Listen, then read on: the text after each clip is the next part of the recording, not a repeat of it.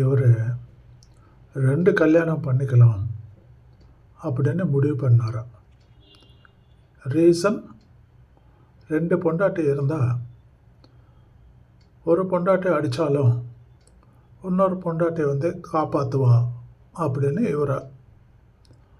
Idea, இவரோட thinking, plan. எப்படி 2 பொண்டாட்டி இருந்தால், 2 கல்யாணம் பண்ணிட்டா 2 பொண்டாட்டி வரும் இல்லையா? 2 பொண்டாட்டி இருந்தால் ஒரு பொண்டாட்டி கோவம் இவர் அடிக்கிறதுக்கு வந்தாலும் இல்லை அடித்தாலும் 2வது பொண்டாட்டி காப்பாற்றுவா, ப்ரொடெக்ட் பண்ணுவா, சேவ் பண்ணுவா. அவள் ஒரு செக்யூரிட்டி மாதிரி அந்த நேரத்தில் இவருக்கு யூஸ்ஃபுல்லாக இருக்கும் 2வது பொண்டாட்டி.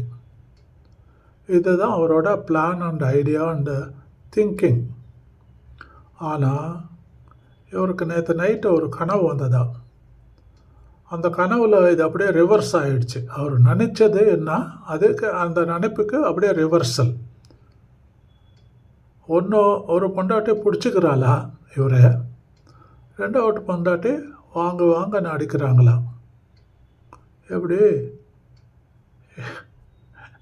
இப்போ என்ன முடிவு பண்ணுவார் அவர் வாயாலே கேளுங்க. నేను నిన్న బాగా ఆలోచించిన 2 పెళ్ళిళ్ళు చేసుకుందామని. ఎందుకంటే ఒక ఆమె కొట్టినా కానీ 2వ ఆమె కాపాడుతుందని. కానీ రాత్రి ఒక కల వచ్చింది. ఒక ఆమె పట్టుకుంటే 2వ ఆమె కొడుతుంది.